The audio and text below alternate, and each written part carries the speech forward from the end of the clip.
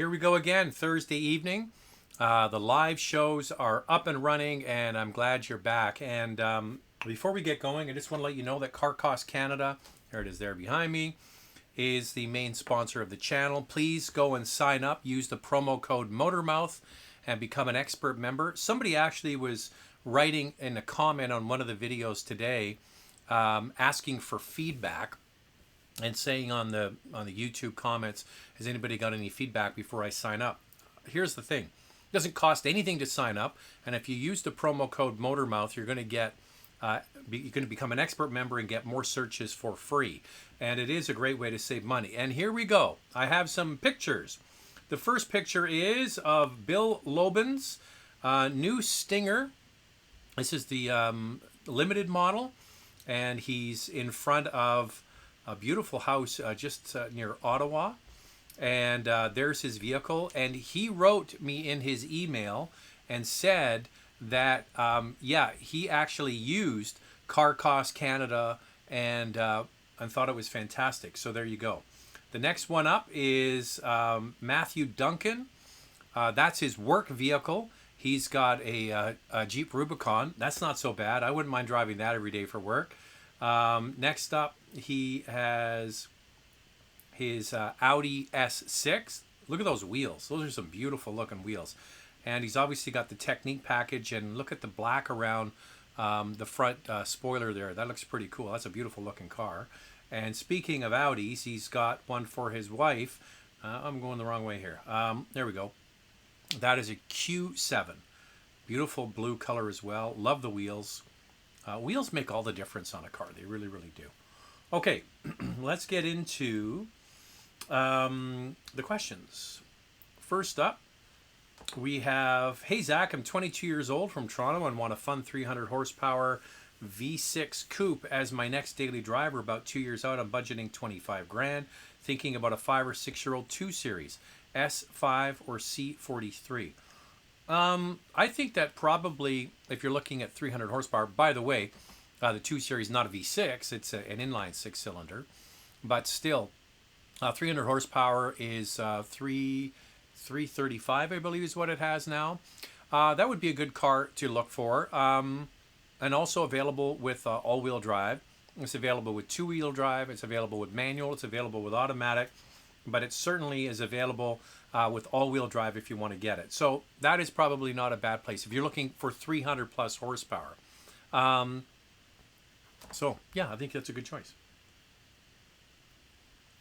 Hey Zach, maybe someday if you're on Vancouver Island, we can have a cars and coffee type meet. It would be cool to set that up in a small group of people. Yeah, I'm going to Vancouver Island next month.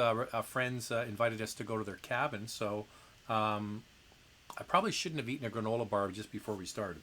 But yeah, I'll be going to the island, but it's family time. I won't be doing any meetups then. Best interior for 1500 pickup truck. Well, I think right now the best interior is the Ram. The Ram is definitely the best interior. However, the interior of the new F-150 looks much improved, and it certainly is a vehicle that I hope that they would certainly improve, because it was really shoddy considering what they charge for them. Somebody's saying my voice is out of sync again. Is my voice out of sync? Please let me know. I checked it before we went live, and it was fine. Now, some people seem to have an issue with it being out of sync depending on their Wi-Fi connection. So I'm not sure. If somebody could type in there if it's in sync or out of sync, would definitely be helpful. Anybody? Somebody's saying sound is fine. Shut up about the sync problems. All right, I'll take that as an answer.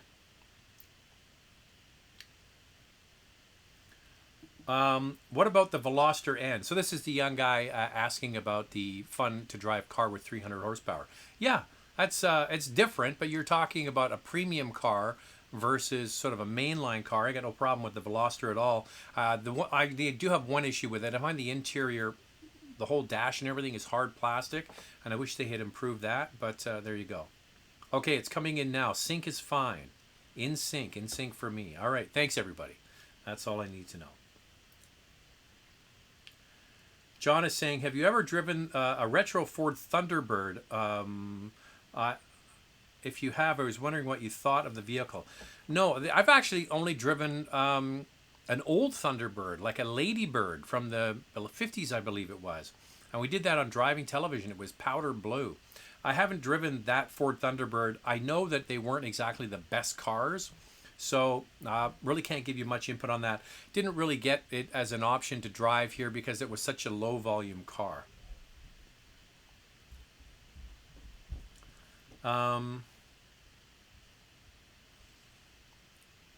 It seems like used cars in the U.S. are going up and moving fast. Do you see the same trend in Canada since new car sales are slowing down?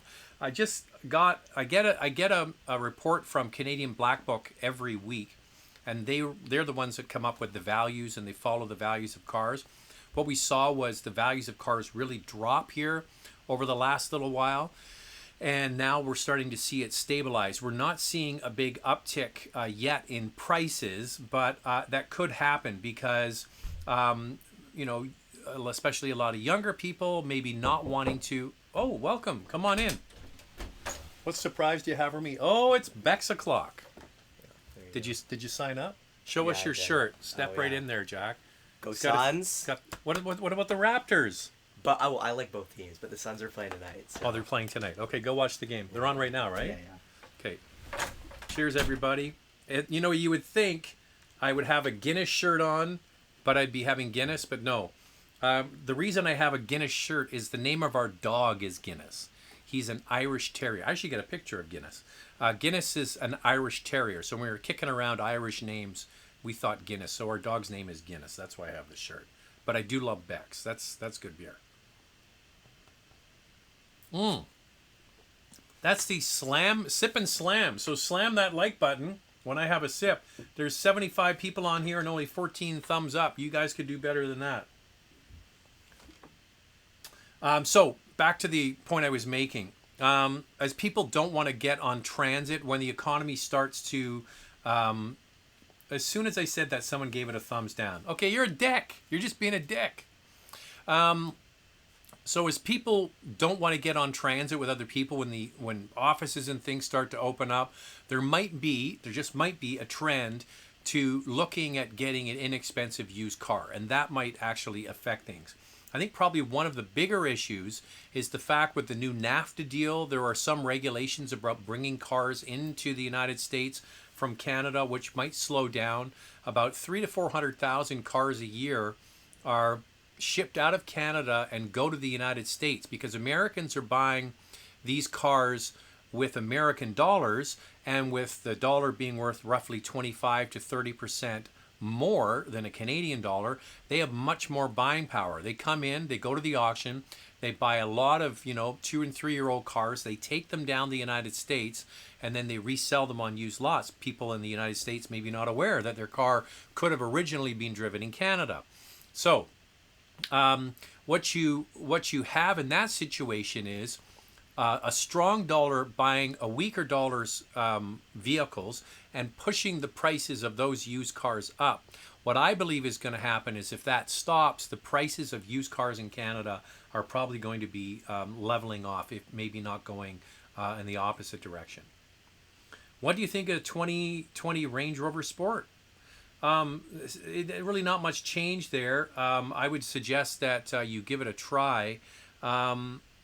Somebody just emailed me the other day. They had a Land Rover. Actually, the guy that bought the Stinger. Land Rover. No, it wasn't him. It was somebody else. Sorry, I'm confusing my emails.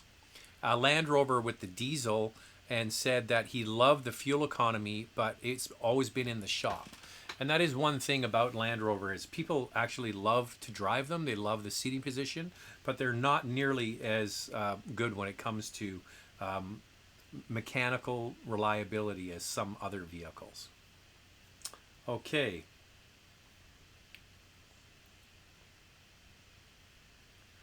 Why doesn't Toyota bring the Corolla hatch and hybrid to Canada? I think that if you haven't watched the interview I did with Stephen Beatty last week on the channel, talking about hybrid, And I've talked to him many times and been a guest of Toyota, especially when we went to Japan last November. Had some, late nights having a few beers and some great Japanese food, talking about, Toyota's plans. And there are plans to have many, many, many more electrified and hybridized vehicles in the Toyota lineup. They already have one model. I would suspect that as we go through the next few years, you're going to see more and more models coming from Toyota as hybrids. So yes, they've got just the one now. I don't see why they wouldn't be able to do the hatch version as well. I don't think there's any rush for that, but I think there is a likelihood that we're going to see many, many more hybrids from Toyota, and that hatch would be a perfect candidate. It really would. Hello from Puerto Rico. Love your channel. Well, thank you for being here. I appreciate that. That's really nice of you. How long can I keep a Toyota hybrid car air conditioning running when my kid falls asleep in the car without the engine running? This really all comes down to the ambient air temperature and how warm the engine is. Okay, there's a lot of factors that go into play. So and the state of the battery and how long it can run. So typically, it will automatically kick on and give you the extra air conditioning compressor to cool the temperature. It's the same in the winter. The gasoline engine kicks on much more often in the winter to keep cabin heat and to keep the engine warm. So there's no tried and true test of this. So for example, if you were parked in the shade and the temperature in the cabin was set at 20 degrees Celsius and it was 20 degrees Celsius outside, well, the cabin would probably stay at that temperature for quite a while before the engine kicked on. There's too many variables, but the computer is going to put the engine on to help with cooling when the temperature gets too warm. I don't know really. You'd have to go situation by situation.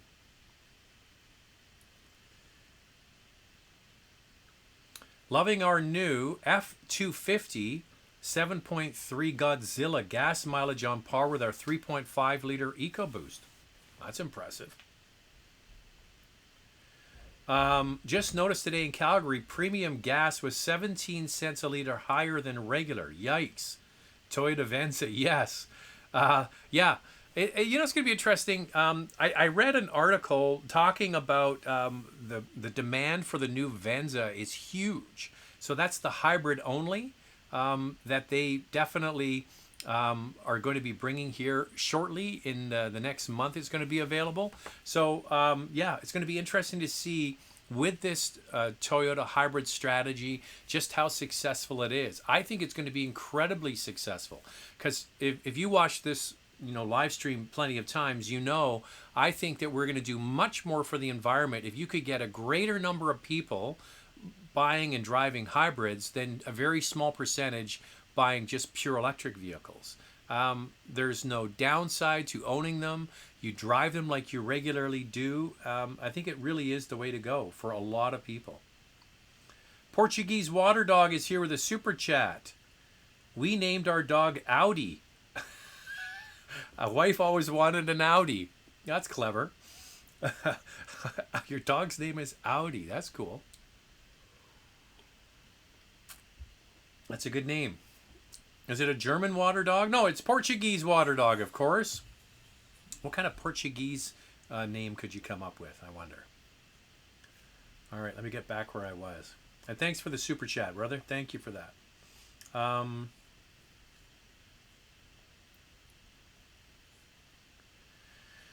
Alec McLean. Hey, Zach, if you were going to spend around $100,000 on a 911 Cabriolet, what would you consider? Well, I would look at, probably at that price point, you're looking at a 991.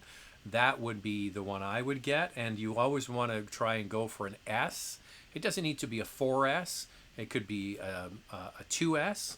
But I like the more powerful engine. But so, yeah, so it was 7 years. The 991 was in run until this year. So you could go back to about 2013. The problem is, in the Canadian market where I live, there's no cars rolling across the border anymore. when the dollar was strong and on par with the US, plenty of cars would come into Canada, and people would go shopping in the US, buy the car, bring it to Canada, and save some money because cars are cheaper in the United States. Now that the dollar has dropped in Canada and you have to pay 25 to 30% more, very, very few cars are coming back across the border. So that means the pool of used Porsches in the Canadian market is really only the ones that were sold here. So the prices are not going down. So you might even have to go back and look at a 997 Carrera Cabriolet at that price point. I know this because I was looking at Boxsters. The one I like is a 2013 to 2016 Boxster S. I like that car. I've been looking at them over the last few years. The prices haven't gone down. They're still 60 grand. 2 years ago, they were 60 grand. Today, they're still 60 grand. I don't get it. But that's the reason why. There's no price competition from vehicles coming in from the States. Are VWs as unreliable as they used to be? I'd love one, but I don't want to be stranded on the road. Well, here's two factors I'll give you information about. One is J.D. Power just came out with their recent initial quality study, and Volkswagen ranked very highly, actually, and much improved when it came to initial quality. Now, doing interviews with Thomas Tetzlaff from Volkswagen Canada, you know he's been on this channel many times. He's the head of PR. And when I talked to him about this, because my dad has, what years would his be? A 2018 Golf wagon, sport wagon, Highline, top trim. He got that when he traded in his diesel, and they got a big check for doing that. I asked him this question all the time, and he said, the way we look at it internally to know that we're heading in the right direction are warranty claims. That's the amount of money that they spend to have cars fixed. And they say that their warranty claims are going down and down and down, which is a good indication that quality is going up and up and up. Plus, the most recent scores show. So, yeah, they're much better than the cars that were sold 10 years ago. And the good news is it seems that they're improving year over year. All right. Everybody's saying I'm in sync.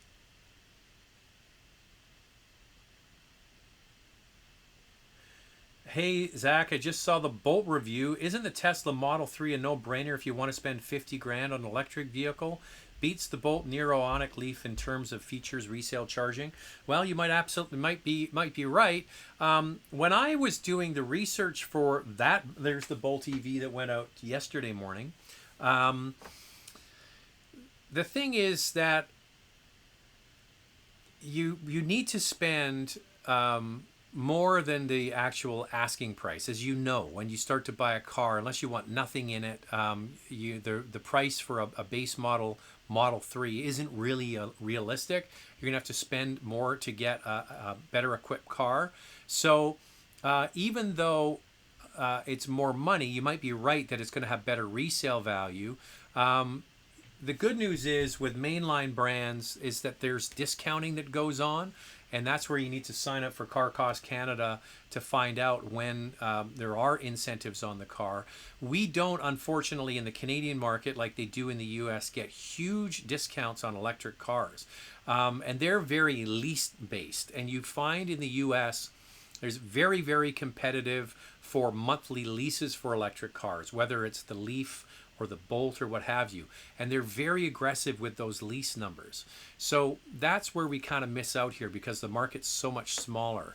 But yeah, you're probably right. If it was well, I wouldn't buy any of them, but if I was really in the market for one, I might wait until the new ID cars come from Volkswagen to see what they're like. But yeah, you might be right.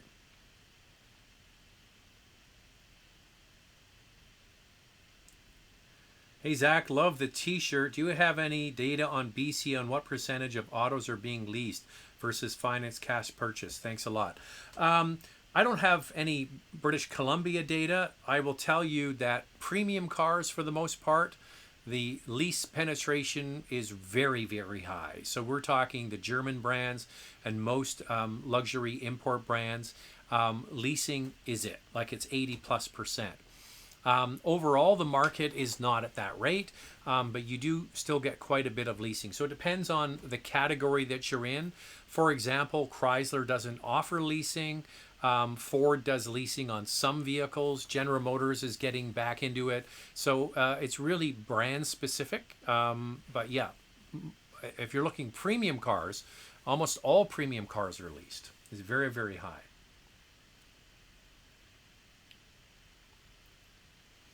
I want a diesel SUV. It's just me and the wife, but I'm a large guy. Recommendations? Well, you're really quite limited now by diesel SUVs because they're all pretty much gone away. Land Rover and Range Rover is really kind of your only bet now. The Volkswagen Group diesels are all gone. Yeah, it's pretty much Land Rover and Range Rover, even the General Motors SUVs, the Equinox and so on have all been canceled. Oh, wait. Jaguar, the other side of Land Rover, Range Rover. The F-Pace, you can get that with a 4-cylinder diesel. But really, and by the way, the Range Rover and Land Rover diesel is fantastic. The power and the way it drives and how smooth it is really unparalleled. Unfortunately, it's the reliability isn't there like you would get with some other brands. But a great engine. I'd appreciate your thoughts on the Genesis GV80. Well, all I can do is speak about the pricing issue. And I read out a few weeks ago when they announced the pricing of the GV80. I thought they were crazy about what they were asking for this thing. I think to get the third row of seats is like $70,000 or $80,000. That's crazy. The base model that you see, a sec. Jack.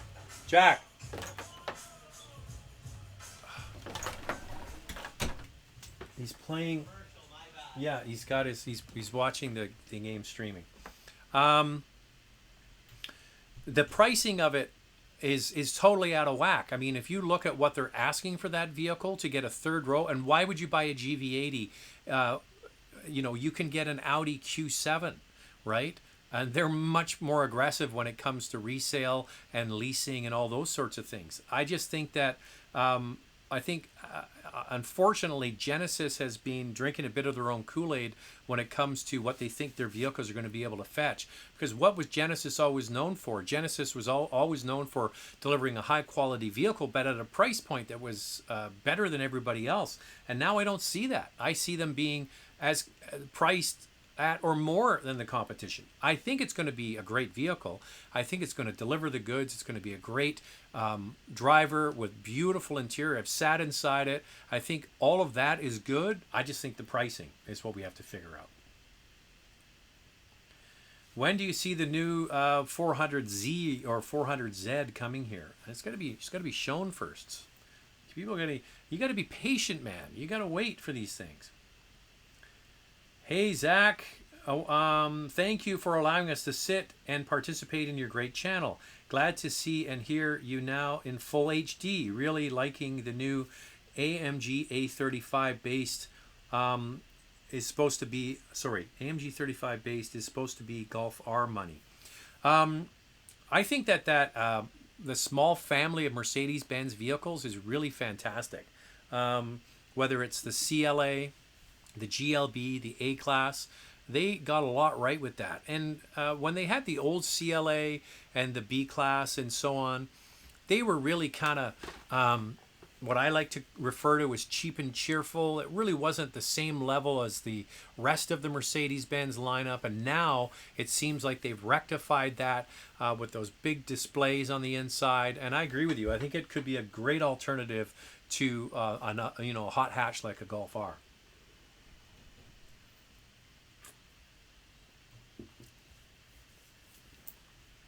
My Alberta beef is better than your beef. Ugliest cars on sale today, the entire Civic, CR-V, and Clarity range. Well, the Clarity certainly isn't going to win any beauty contests, but hey, listen, the Civic and the CR-V sell a lot. So I guess it's in the eye of the beholder. What are your thoughts on Toyota getting rid of the Yaris and Honda with the Fit? I think it's bad timing. You know, these decisions would have been made a while ago, because the trend for subcompact vehicles just fell off a cliff over the last few years. Everybody's moving towards utility vehicles. So there are plans for the allocation of factories, plant capacity, right? So Toyota and Honda know what they're going to be putting into those manufacturing plants. Car companies don't just wake up one day and say, "Oh, we're going to get rid of the Yaris, we're going to get rid of the Fit," and then they go, "Okay, what are we going to do now?" They know what they're going to do. They know how much capacity they have around the world to build cars. So whatever is being built on the Yaris and Fit line is going to be building something else. With the case of the Fit, it's probably the next HRV. I've seen the Fit in Japan in November, a fantastic looking little vehicle. So the next HRV will be based on that. So these production lines have plans, and they're going to implement those plans probably around even smaller compact, subcompact utility vehicles. Now, these decisions will have been made before COVID hit. I mean, we're only 4.5, 5 months into being in this pandemic, and I don't think we're getting out of it anytime soon, especially when you look at what's happening in the United States and Brazil, places like that. But I think if these companies could redo it, knowing COVID was going to hit, there is an opportunity for an inexpensive city runabout to do well based on the fact that people aren't going to want to get on transit. When we start to go back to work, are people are they going to want to get on subways and buses? No, they might decide, I might just lease or buy an inexpensive little runabout. So there are going to be options out there. Interestingly, I believe, and you might correct me on this, that Chevrolet, the Spark has not been discontinued. The Sonic is gone, but I believe the Spark is still there. The Kia Rio, the Hyundai Accent, and the Mitsubishi Mirage are all going to remain. And there are still options there for people if they want to have a little car. But yeah, I don't think the timing was perfect. Dyson, my son, says, dealers don't seem to be offering any discounts on new cars. My friend at Mazda said they've been selling cars at MSRB, and prices on used cars are absolutely firm, even in used car dealers. Well, I think that's also a function of the fact that, cars were not getting delivered to dealers for, a couple of months. Factories weren't running, cars weren't being delivered. So the inventory is probably depleted. So they don't need to discount the cars. Now that factories are up and running, those cars are going on trains and trucks and getting delivered to dealers. Once that initial sort of rush of vehicles, lease returns, there's a lot of vehicles that were delayed getting their leases returned. They've come offline now. So it's going to be interesting to see once the dealers start to ramp up with more inventory and the factories are running at or near capacity, if that trend will hold. Okay? So we'll have to wait and see. I heard a story. I was picking up a car, and the detailer that does a lot of the detailing of the cars that we get, he also works with dealerships detailing used cars. And he said one of the big dealerships that he deals with, all of their used cars were sold, and they're waiting to get more. So yeah, there's something to that. Okay, we need more thumbs up. We need another subscriber sip. Sip and slam that like button. Cocking the axle. Hey man, where you been? I love that handle. Cocking the axle. Nice to see you back, Zach. The A3 is getting a makeover. But why wasn't the hatch come to North America? Sip and sub. There you go. Sip and sub. I'm already subbed. Listen. They probably have done the research on it and seen that, the sedan market is really what sells. It's still a low volume car. The A3 isn't a big seller for Audi like other lines like the A4. It's too bad. It still opens the door for an e-tron hatchback.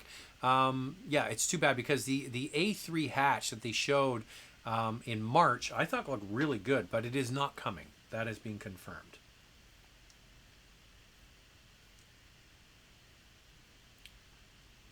Paul Lindo, hey Zach, I know you like the turbo inline six in the M340. Is it the best six-cylinder on the market? Is there a better motor? Is it a better motor than the Porsche Flat Six?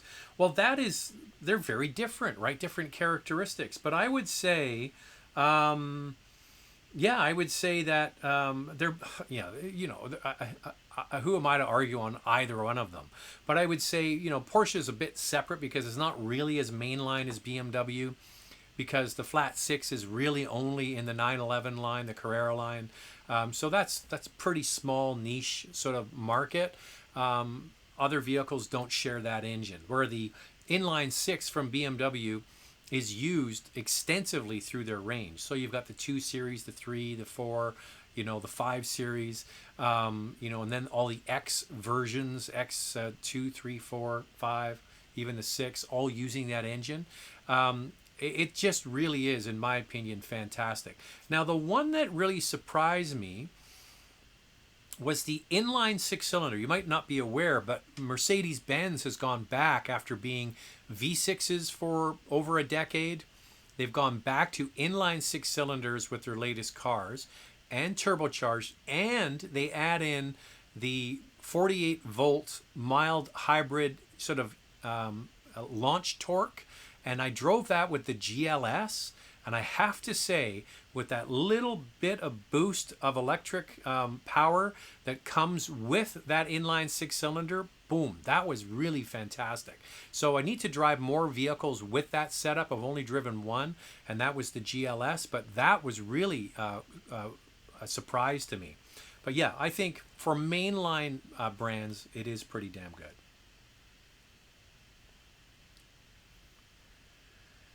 Okay.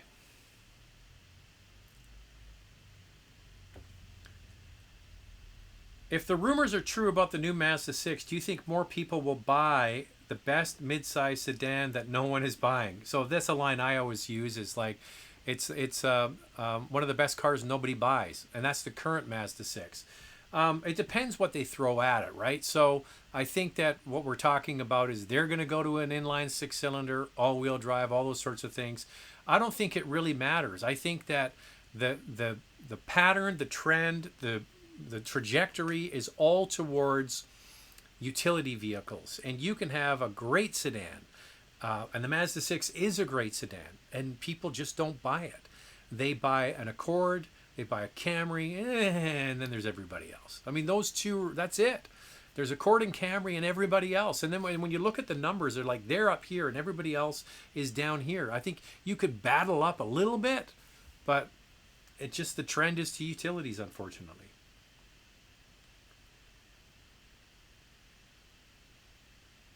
Jason Choi, you skipped my question. Bad me. Taycan 4S or wait for an Audi e-tron GT? Well, that's for you to decide. It's based on the same platform. It's going to be the same running gear underneath. That's obviously co-developed in the Volkswagen group.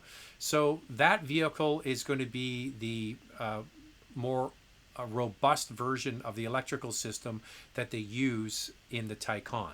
So it really comes down to style and features.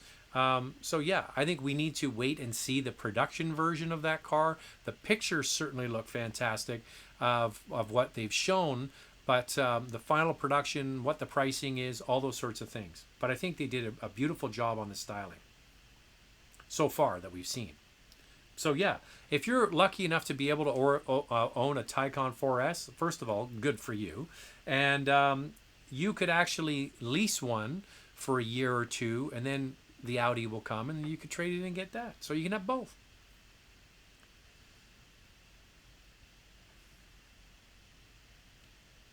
Who has the best all-wheel drive between Subaru Forester, Mitsubishi Outlander, and Volkswagen Tiguan?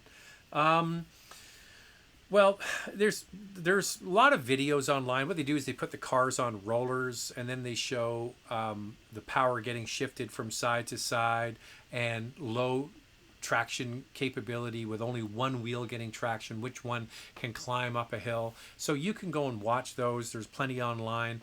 So yes, the Super all-wheel control system has the ability, like Subaru, to shift power front to back and side to side. The uniqueness of the Subaru system, it's what's called a symmetrical all-wheel drive system. So equally weighted, and you can have the power shift to all four wheels. So probably I would lean towards Subaru, but you're more than welcome to watch those videos to see which one you think. The all-wheel drive system in the Volkswagen is a rear wheel. It has a little clutch pack in the back from what I remember. I'm trying to remember off the top of my head. It's a good all-wheel drive system, but I would give the symmetrical system of Subaru an advantage for sure.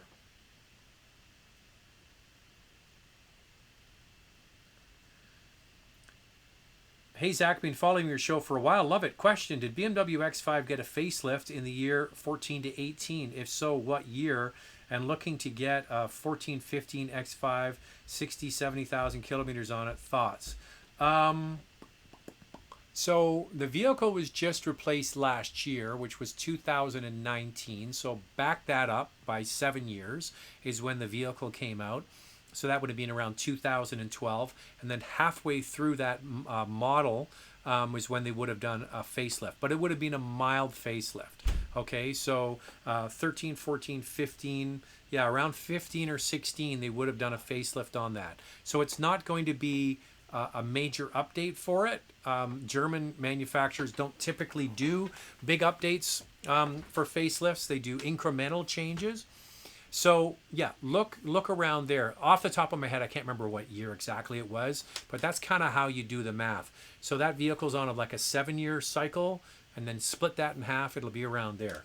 In 2016, I believe, was the last year.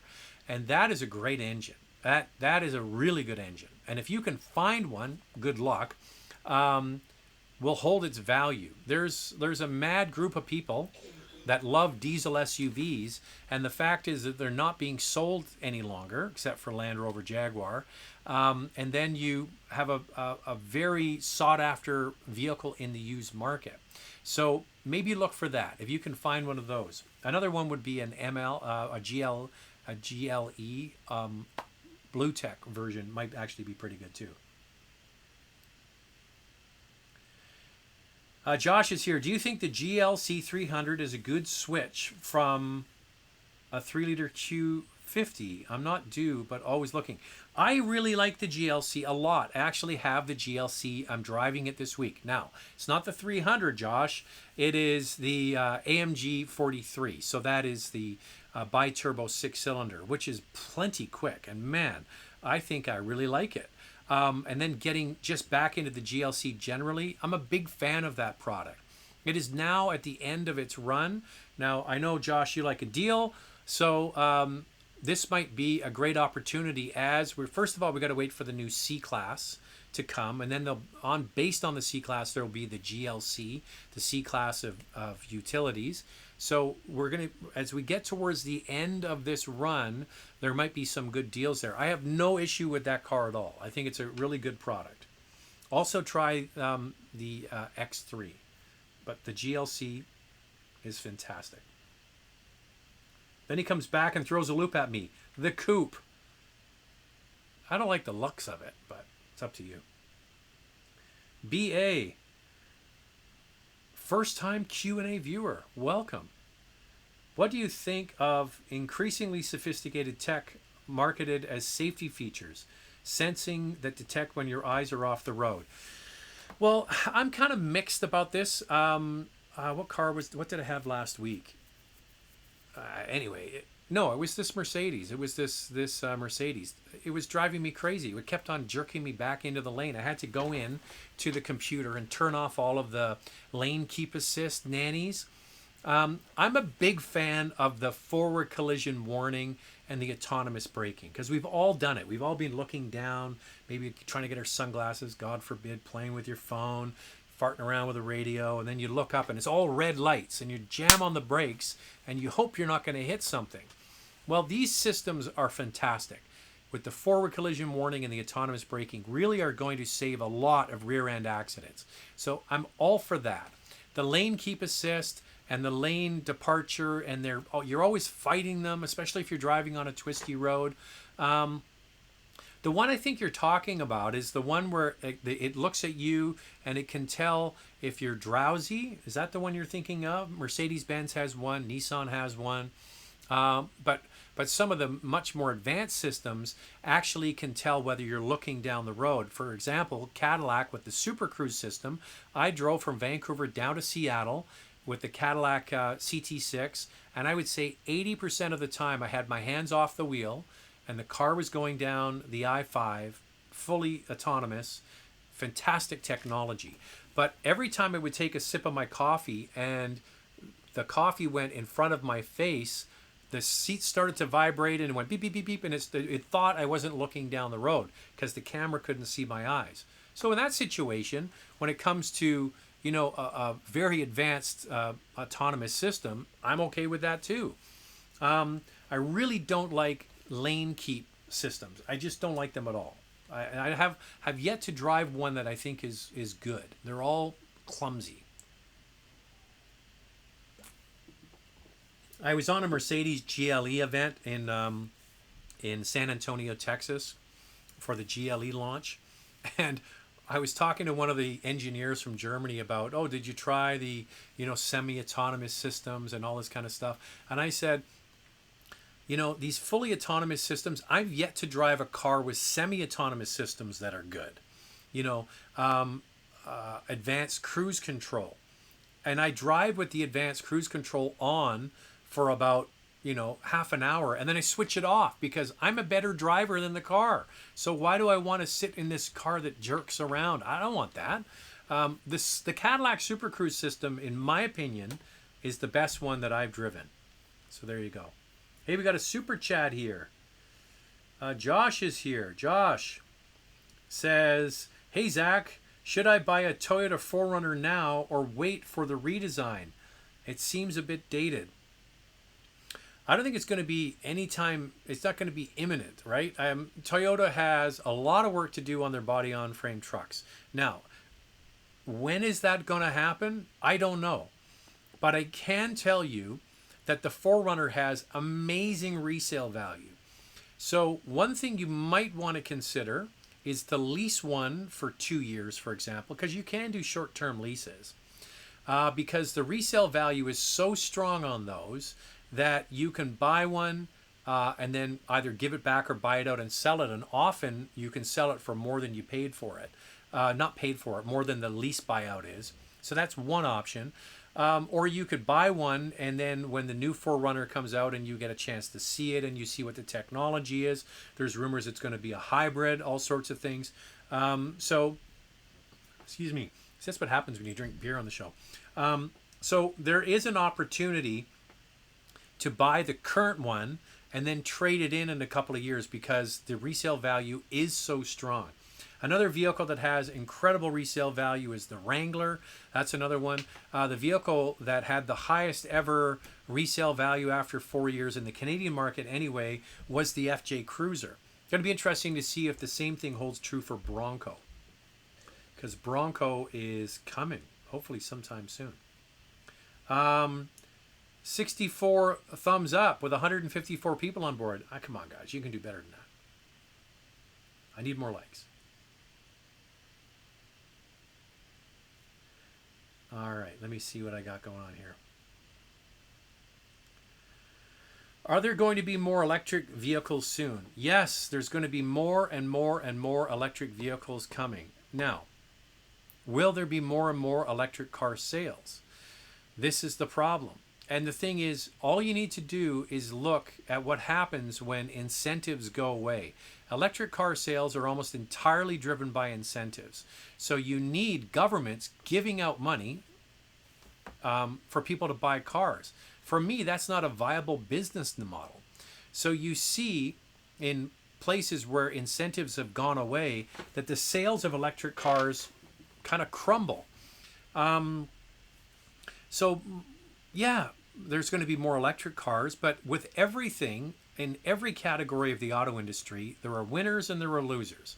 And because car manufacturers are being forced through compliance to produce electric cars and bring them to market, there will be winners and losers. So there will be cars that are going to sell well. Tesla seems to be the one that everybody wants, and there's going to be losers. So yeah, there's going to be more electric cars, but there'll be more electric cars that people aren't buying. There's going to be a few electric cars that everybody wants for those that want electric cars. And then the problem is what happens when the incentives start to dry up. Electric car sales are going to shrivel up too because they can't seem to get the price down. For example, in the Canadian market, all of the electric cars for sale are $45,000 for little hatchback cars like the Chevy Bolt. It's a $45,000 car that's about the same price as a Honda Fit, which is an $18,000 car. That's a huge premium to pay just to have it fully electric. So I'm not totally sold on the fact that we're all going to be rushing out and buying electric cars just because there's more on the market. The trend is anywhere from 2 to 5% maybe of electric sales across the country by 2025. That still means that 95% of all vehicles are going to be internal combustion engine because you need to have huge incentives to get people to buy electric cars.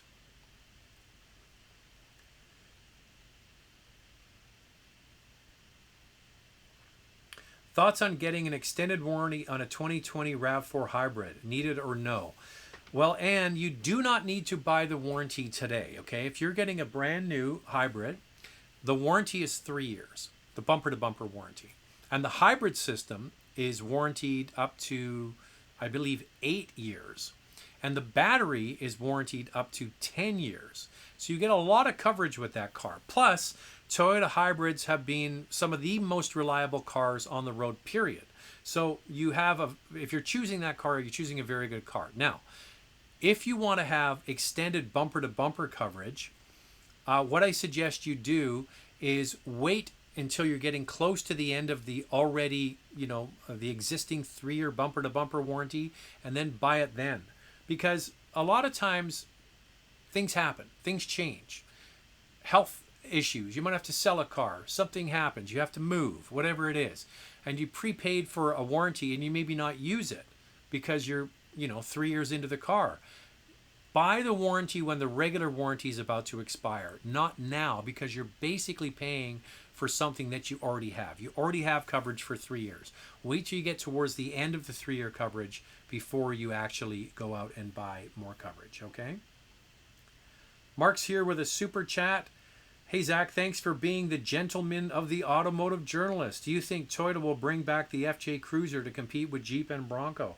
I don't know. I mean, there's, as I just talked about, there is going to be a push from Toyota to produce new trucks. I mean, they have a very old Tundra. They have a very old Sequoia. They've got a very old 4Runner. And the Tacoma is due for a refresh because it's been 2015, I believe, or 2016 is when they brought out to the current Tacoma. So it's getting to the point where it's going to be sort of kind of redone a little bit, or maybe all new.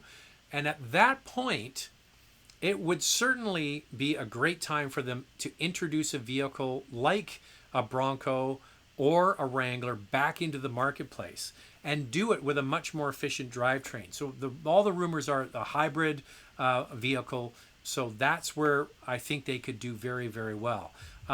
We have no idea what their plans are, but that side of their business needs to be addressed and will be addressed. When, we don't know. But they know it. They've worked on their mainline cars. They've done Corolla. They've done RAV4. They've done Sienna. They've done sort of more of the vehicles that really move in mass.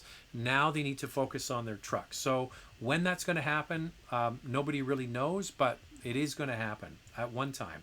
Can't go on forever with these old trucks forever. Okay, I got to go back to where I was.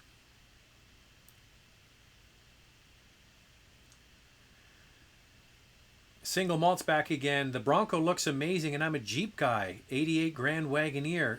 Could never pull the trigger on the new ones. The design needs to be modernized. Ford really nailed the retro but modern look. I would say don't discount the Wrangler or the Gladiator until you drive it. They did a really, really, really good job on the current versions of these two new trucks. They did an excellent job. Now, the Ford sure looks good, but same thing. You got to drive it. You got to see, how it goes. The one thing you have to always look at is a continuous arc of production, right? So Jeep has been continually producing these vehicles for decades. So continual improvement over years. Now, Ford coming back into the game with a brand new Bronco, using a Ford Ranger platform and using a 2.3 liter EcoBoost and all of their other parts bins that they're throwing at it. Now, they haven't had a continuous run with it, right? So will there be initial problems? Will they have to fix them? I mean, not that Wrangler and Gladiator have been exempt of worries, but the thing is, a continuum of progress, there's something to be said for that. I'm not here to say I'm an FCA fanboy.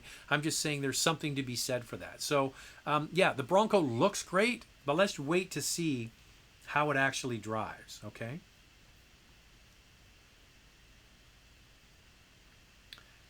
Here's a follow-up on the leasing question. I know about Tesla and BC. Most are financed, almost 80%. Very few lease cash. Well, one of the problems is they're not offering leasing. That's one of the reasons why it's financed, and the rates that they're offering. But if you go to other brands like Mercedes, Audi, BMW, almost all leased. Hey Zach, do you think the demo Rogue? Do you think a demo Rogue SV all-wheel drive 2020 is a good buy at $26,000? That sounds like a good price. Remember though that there's a brand new Rogue coming here in the next couple of months. So $26,000 SV. I'm trying to remember what the SV one is sort of like the middle trim, isn't it? Or is it the base model?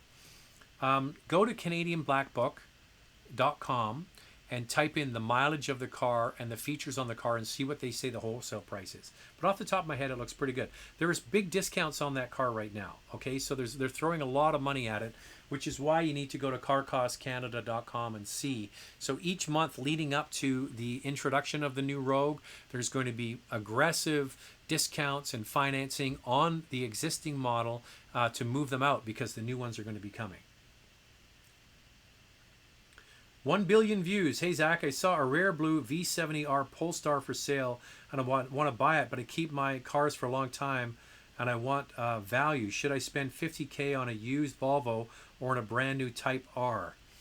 Well, that's a very rare car. Okay, so that's a very rare car. Okay, so it's hard to say. And that's the last of the Polestars that is not electrified, right? From what I understand, if I'm thinking about the right car. High performance Polestar sort of race-inspired version. Plus it's a wagon. That's pretty damn cool. I don't know. That sounds like a nice car. Now, if you keep them long-term, that's something to think about. Type R. They're both rare cars, but the Volvo will be rare. Whenever something's scarce, that's when they seem to hold their value. So something to think about. Is Alfa Romeo worth a look today? Looks great. I had a sort of an hour-long Q&A session online with Alfa talking about the reintroduction of the Giulia and Stelvio. It's their 110th anniversary at Alfa Romeo. You're going to see more of a push from them. And the improvements they made to the cars look good.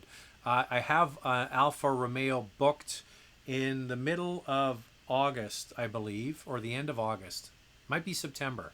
Might actually be September. I can look on my calendar. When do I have it?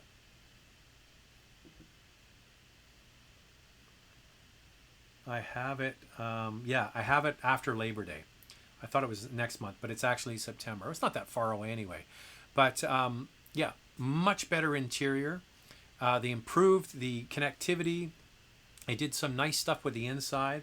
I actually asked them some pointed questions on this chat about reliability. And, I say to people ask me all the time, what do you think of Alfa Romeos? And I say, if you want to have, a beautifully styled car with impeccable handling, right at the very top of its class when it comes to the way it drives. The engine is fantastic, lots of power, standard Brembo brakes, all that kind of stuff. The cars on paper and the way they drive are really good. But I said, my thing is, how can you recommend them? It's Alpha, the reliability. They said, look at what we've been able to do with Dodge and Ram and the quality scores that they're getting out of JD Power by improving. And they said they've done the same kind of thing with Alpha. So let's wait and see on that. If you actually look at the current scores, they didn't actually have a really good sample this year because there were very few cars brought in for 2020. So we'll have to wait and see. I mean, the jury's still out on it. I can't wait to drive it, though, because it's always a great time driving. There are loads of fun. Thoughts on the new diesel Yukon? You know what, Scott? I forgot about that. You're absolutely right, but that's full-size truck, right? So you're talking, I was thinking more when you asked the question, more like utilities. Yeah, I think it's going to be great to actually drive those. The engine is noisier because I drove it recently in the GMC pickup truck. The engine wasn't as quiet as I had hoped, and hopefully with the utilities, it could be a little bit quieter, and maybe they've done some work on that. Probably not, though. So, yeah, when it comes to power and efficiency and the way they drive, great. It was a bit noisier than I liked. I wish that we could get more of those big trucks. I think Expedition is going to end up with a diesel as well, and that diesel engine is fantastic, the Ford version.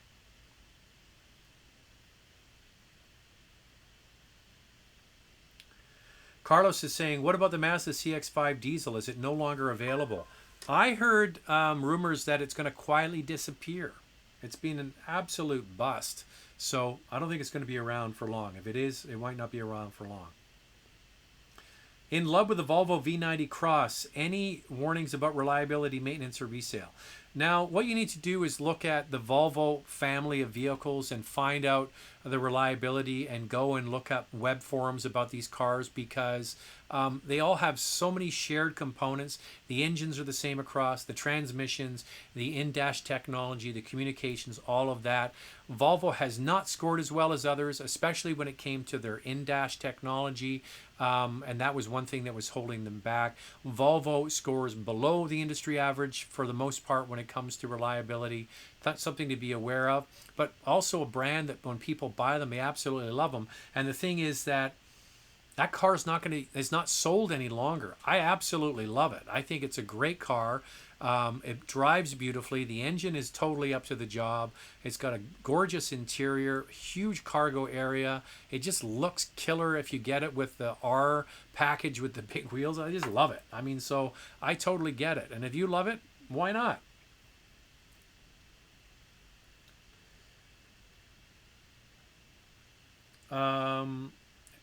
Hey Zach, is Mini Cooper S Automatic a reliable car to buy used? I'm looking at a 1718. Your thoughts? Same thing again. I mean, these cars are really loved by people who own them, and there's a real sort of mismatch for a lot of people when it comes to reliability and desirability. Okay, the two are not totally in sync. Okay, sorry, I'm just making sure I'm getting everything here. They're not totally in sync. There are brands that have had reliability not as good as other brands. Range Rover, Mini, for a long time, Volkswagen and others. But people were willing to put up with any sort of idiosyncrasies with the cars, maybe a few extra trips to the dealership because they really liked the experience of owning them. So you can't always look just at reliability. You also have to look at satisfaction. And there is nothing else like a Mini. A Mini is a unique car. If you like a Cooper S and you want to have some fun, that's a unique proposition. And that's really all you can get in that shape and size that's going to give you that feeling. So yeah, reliability isn't going to be like buying a Corolla, but it doesn't drive like anything else. Scott is asking, will the Touareg ever return? Unfortunately, brother, it's not going to happen. Seymour Rutz is here again. Thanks again for another live show. Cheers. I'll cheers to that.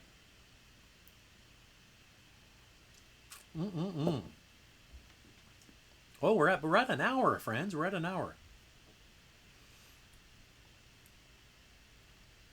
George is saying, will Suzuki ever return to North America? India is a huge market for Suzuki cars. They are a major manufacturer and exporting hub.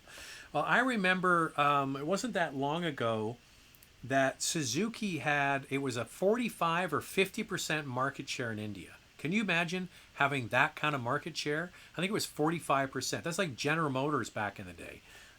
Just absolutely massive. Stefan says Antoine Jobert has buy a VW GTI 84 in Vancouver now, and he'll drive it to Montreal since yesterday. Check him on Instagram. I know you know him. Oh, come on, Antoine Jobert. I can't believe he flew to Vancouver and bought an 84 GTI and he didn't text me. I'm going to give him hell. I can't believe that. And actually, I'm surprised he didn't send me out to go look at it. Because remember, he had me go look at a GLI one time. Yeah, Antoine's a good dude. I can't believe that. I'm pissed. What the hell? He came all the way out here. Maybe because because of COVID. But yeah, he's driving it across the country. Good for him. Fred, what's Fred's last name? Fred, also, he bought one and drove it from California all the way back to Quebec. Okay, everybody, I'm up against the clock. I want to say thank you for being here. I'll be back Monday. Don't forget Car Cost Canada. Sign up, use the promo code MotorMouth, become an expert member. Enjoy your weekend that's coming up. For most people, the weekend after is a long weekend. We might revisit the Monday. I think I'll probably still do it on the holiday Monday. All right, everybody take care, and I will chat with you next time. Bye now. What happened? Finish. Hit this finish button. There we go.